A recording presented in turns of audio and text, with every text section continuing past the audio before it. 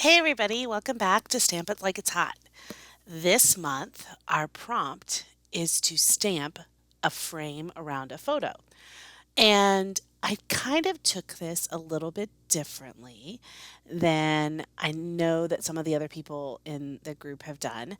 And I decided I wanted to stamp words around a collection of photos and kind of make a frame with those stamps. So it's a little bit different than like having a pattern and using that to make a frame that you use to put your photo in. But this would be a fun way to show you a different way to use some of your stamps. So I am using the Vicky Bouton travel collection, and I will link it below from my little scrapbook store. I believe there's some of it left, plus the ephemera. And then I am using word um, stamps from mainly Ali Edward. And I was a Story Stamp subscriber for quite some time. And so I have a lot of really, really good word stamps. And those are some of my favorite stamps to use. And so in this particular project, I'm going to be using quite a few of them. If you see here, what I did first is I laid them all out so that I would have an idea of where they would fit.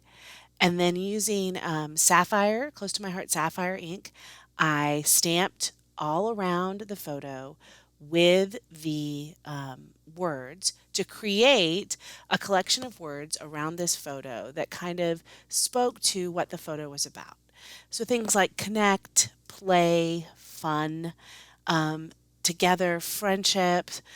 This is a John's group from high school that he has known for a very long time, and they have been friends for a very long time, and they get together once a year and they go to a house, somebody's house, or to an Airbnb or somewhere, and they hang out and they talk and they play games, and just have a good time. And I think it's great to know that there are friendships that last that long, and particularly great to know that there are men's friendships that last that long. I think we tend to forget how important it is for men to have those kinds of friendships as well. So they have a group selfie there of all four of them, and then some of the pictures in the water. So it was really cool. Now, as I'm doing this, I will say that this particular project took me a lot longer than my normal project. So you're going to see a lot of jump cuts in this particular video. Normally, when I do a project, it's like 30 minutes kind of max. This was over an hour, and mainly because I went through each of these and tried to find the right words, and I fit them in, and then I had to put them together. So here you go. I'm kind of finishing that process up, and you're seeing I have all of the words stamped. I added some things like a game piece, because I thought that would be cool to add in because they were playing games. I added a geotag, so just a few other bits and pieces. And we are ready to start putting the page together. Now, I had this rainbow paper from the Vicky Bouton collection, and I had in my head the whole time that I wanted to use it, but I didn't want to just use the paper flat. I wanted to give it some texture. So, what I did is I took each of the pieces and I individually cut each of the colors out. And then I used my Tim Holtz edge distresser and I distressed the edges of each side of those. That also took an extremely long time. So I'm not going to make you watch that. We're going to jump cut to that basically being done. And I think you're going to see that it added a lot of texture to the project. And it really gave the project kind of something that it gives it a little bit more movement. So the other thing, because of the way the rainbow was on the page, and I want to put it in the middle of this blue page, I need to kind of mess with how the rays kind of fit on the page.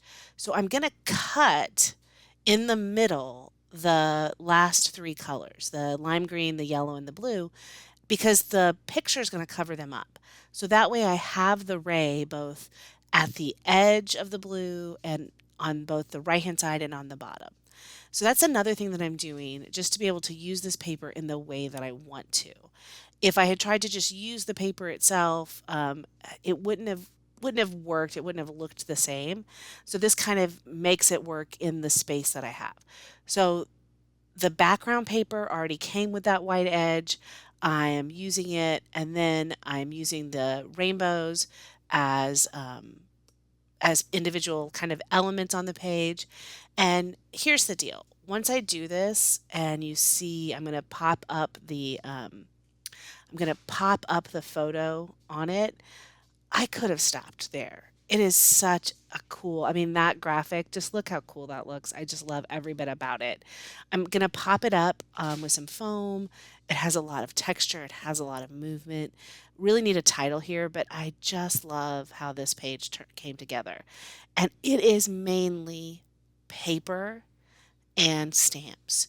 So if you're ever wondering, like, can I make a cool page without going to the effort of buying a lot of the extra stuff? And do I have to spend all the money on all of the bits and pieces? The answer is no.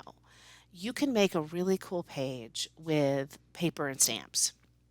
Now, I'm using the travel ephemera pack of Vicky Bouton's. I'm going to use this a little getaway adventure. I thought that was a great title.